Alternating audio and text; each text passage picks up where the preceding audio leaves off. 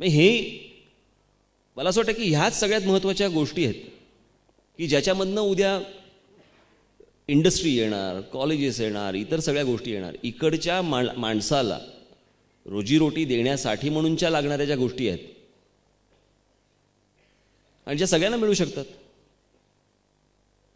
या 3 गोष्टींवरती उद्या राज्याने जर समजा फोकस केला, बाकी काही गरज नाही. आणि तिसरं चौथं म्हणजे शिक्षण.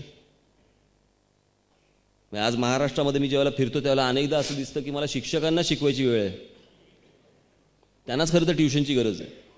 आज सिविक सेन्सचा प्रश्न येतो.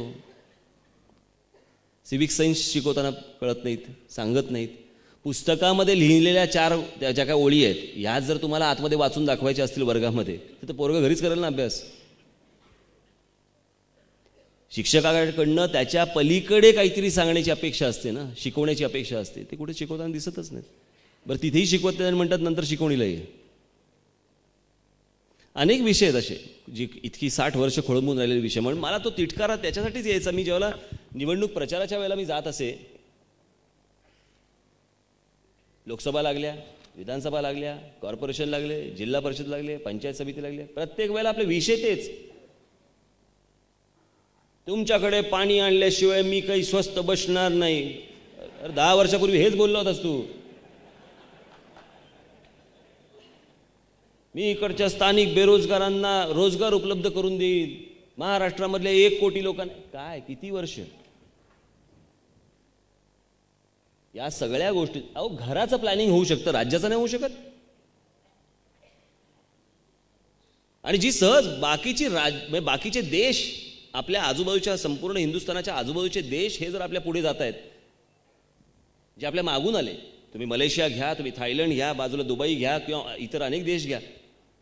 मी चायनाचं नाव घेणार नाही कारण चायनामध्ये लोकशाहीच नाही. पण हे देश जर स्वतःच्या आपला विचार करून, आपल्या माणसांचा विचार करून जर पुढे जाऊ शकतात, आपण नाही जाऊ शकत. कोणती कमी आहे आपल्यात?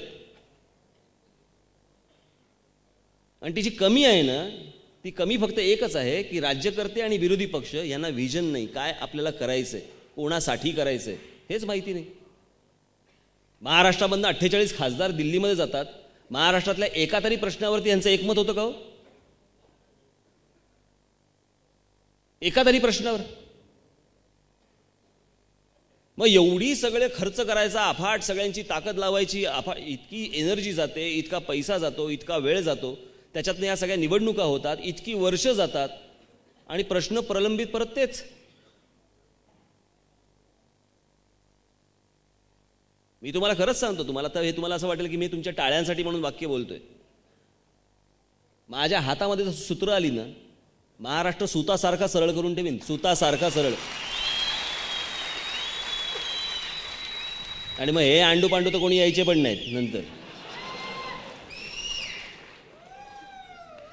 मला पुन्हा एकदा 20 वर्षापूर्वीचं वातावरण परत येत असं वाटतं. कारण काल तुमची विक्रोळीचं भाषण जे सहारावर दाखवत होते किंवा त्याच्या आधीचं केलेलंही परवाच्या दिवशीचं दाखवत होते, ते बघताना सुद्धा आम्हाला सगळ्यांना त्याच्यामध्ये प्रत्येक वेळेला बाळासाहेबांचा भास होत होता. ज्यांनी माझ्या पिढीने किंवा तुमच्या पिढीतल्या लोकांनी जी अगदी शाळेत असल्यापासूनची बाळासाहेबांची भाषणं ऐकलेली आहेत, मराठी अस्मितेच्या मुद्द्यापासून शिवसेना मधल्या काळात जी दूर गेलेली होती, तो मुद्दा आत्ता बरोबर योग्य वेळेला तुम्ही उचलताय असं माध्यमांचं म्हणणं आहे. मी सांगितलं का उत्तर प्रदेश दिन साजरा करायला?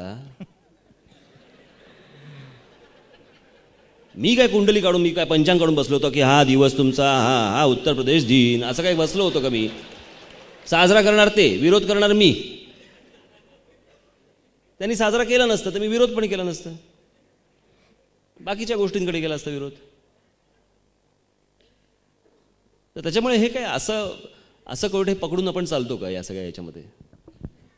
मला थोडंसं लाईटर वेनकडे आणायचं हे डिस्कशन. आपल्याला वेळेकडे लक्ष ठेवायला पाहिजे.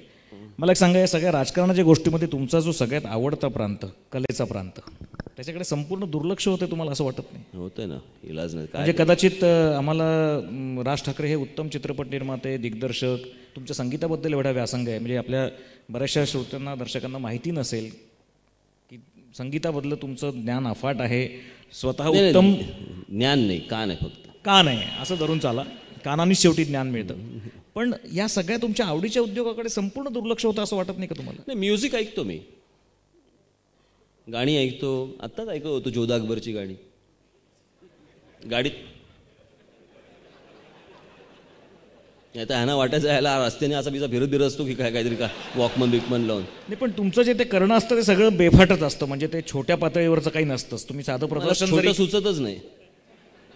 छोटं प्रदर्शन जरी केलं तुम्ही तरी ते भव्य दिव्य, काव्याचा कार्यक्रम केला तरी तो भव्य दिव्य, मायकेल जॅक्सनला आणलं तरी भव्य दिव्य.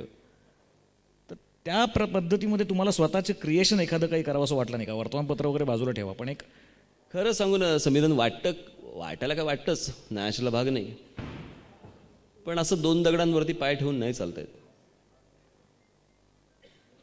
असं नाही होत. ते किती जरी मी विचार केला तरी राजकारणच परत. राजकारण नाही, मला असं वाटतं की माझी जी क्रिएटिव्हिटी जी आहे ती मी राजकारणात आणीन. जे काही चांगलं करून दाखवायचं आहे ते ह्यांना करून दाखवीन. ह्यांनी मला स्क्रीनवर बघण्यापेक्षा प्रत्यक्षात ह्यांच्या बाबतीत घडून दाखवीन. ते चित्रपटाच्या माध्यमातून कशाला घडून दाखवू. वाटतं, खूप वेळा वाटतं या सगळ्या गोष्टी, पण त्याला काही इलाज नाही. अनेक माझे मित्र आहेत, कलावंत मित्र आहेत, हिंदी चित्रपटसृष्टीतले आहेत, मराठी चित्रपटसृष्टीतले आहेत, बोलत असतो. आणि किंबहुना आमची ओळख आता इथे केदार शिंदे आहेत. केदार शिंदे पण आलेत. मी तेच त्यांना म्हणत होतो, तुम्ही कालच्या तुमच्या भाषणात पण एक दोन नकला फार छान केल्यात. तुम्ही ऐकलं असेल, सहारावर बघितलं असेल. कोणाची केली होती? नाही नाही हो, मी काही नकलाकार नाही आहे. हे त्या भाषणाच्या ओघात जे काय होऊन गेलं. पण आता लाईटर वेनकडे आलोय, राजकारण बाजूला ठेवलं. नाही नाही नाही, मी त्या भाषणाच्या ओघात काही नाही